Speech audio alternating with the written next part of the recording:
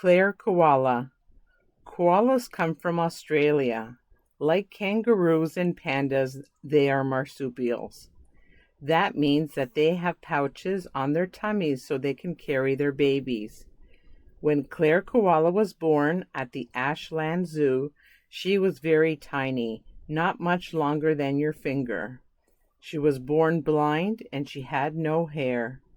She crawled into her mother's pouch where she could get food and stay safe and warm. For 6 months, Claire snuggled in her mother's pouch with her forehead resting on her mother's tummy, growing bigger and stronger day by day. Finally, she scrambled out of her mother's pouch.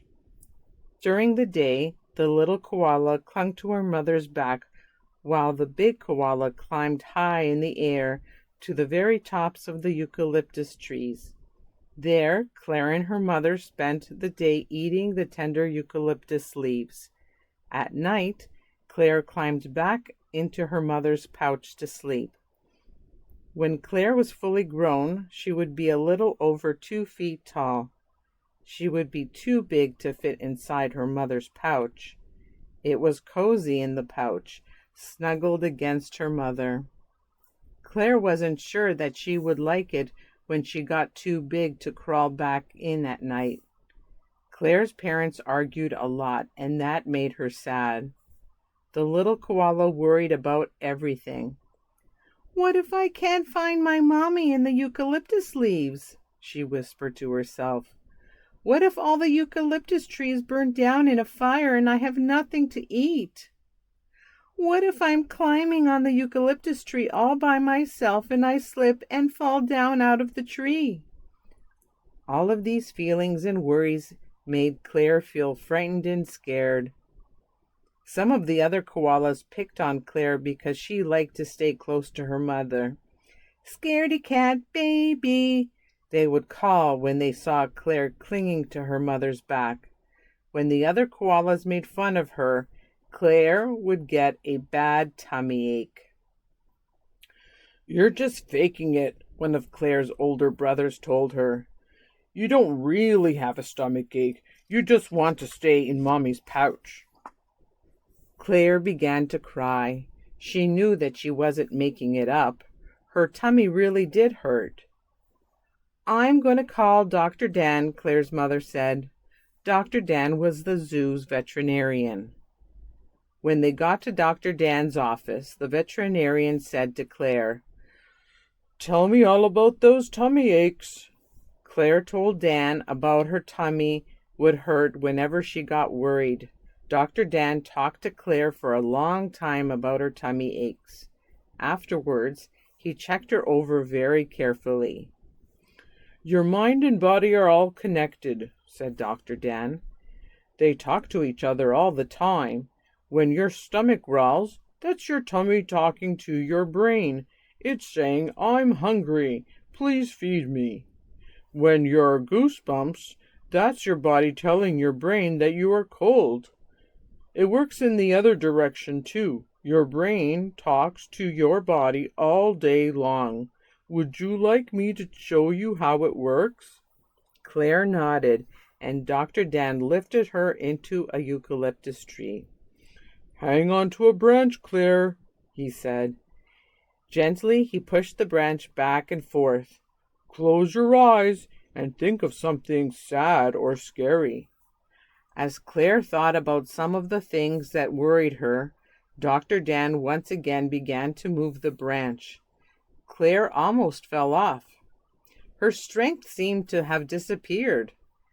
"Now close your eyes and think about something wonderful," said Dr. Dan. Claire imagined that she was playing with the other koalas.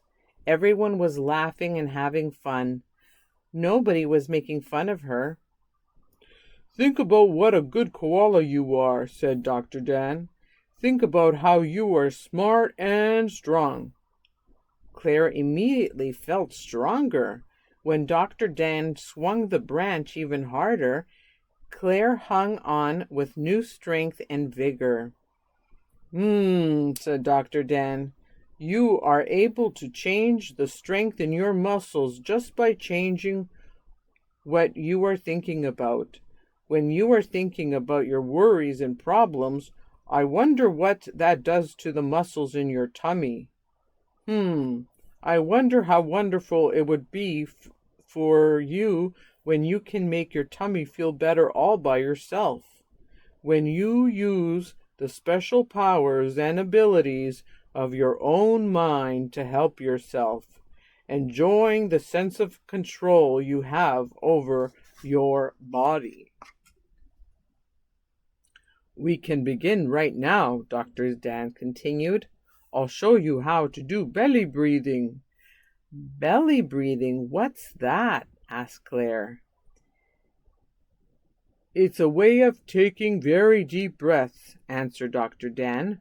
Those deep breaths can help you make your tummy feel more relaxed. The first thing you do is put your hand right in the middle of your tummy, where your belly button would be if you had one. Claire giggled and followed Dr. Dan's directions. Next, said Dr. Dan, take a deep breath and instead of lifting your shoulders, use the breath to lift your tummy up. Claire's tummy rose up just like a balloon inflating. When you let out your breath out, said Dr. Dan, notice how you can let go of a little tension, breathe in comfort, and breathe out stress. Breathe in relaxation and breathe out tension. Let every breath you take you deeper and deeper and even more relaxed, even more comfortable. Just breathing will do that. Claire noticed how all her muscles felt even more relaxed and comfortable with every breath she took. It made her whole body feel good. Breathe in self-confidence and breathe out uncertainty, said Dr. Dan.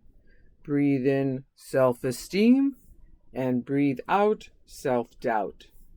In and out, breathed Claire. She drew in self-confidence and breathed out uncertainty. She breathed in self-esteem and breathed out self-doubt. In and out came the breath into Claire's belly. Her tummy rose up and down with every breath. Claire continued to practice her belly breathing, letting go of tension and worries. She breathed in self-confidence.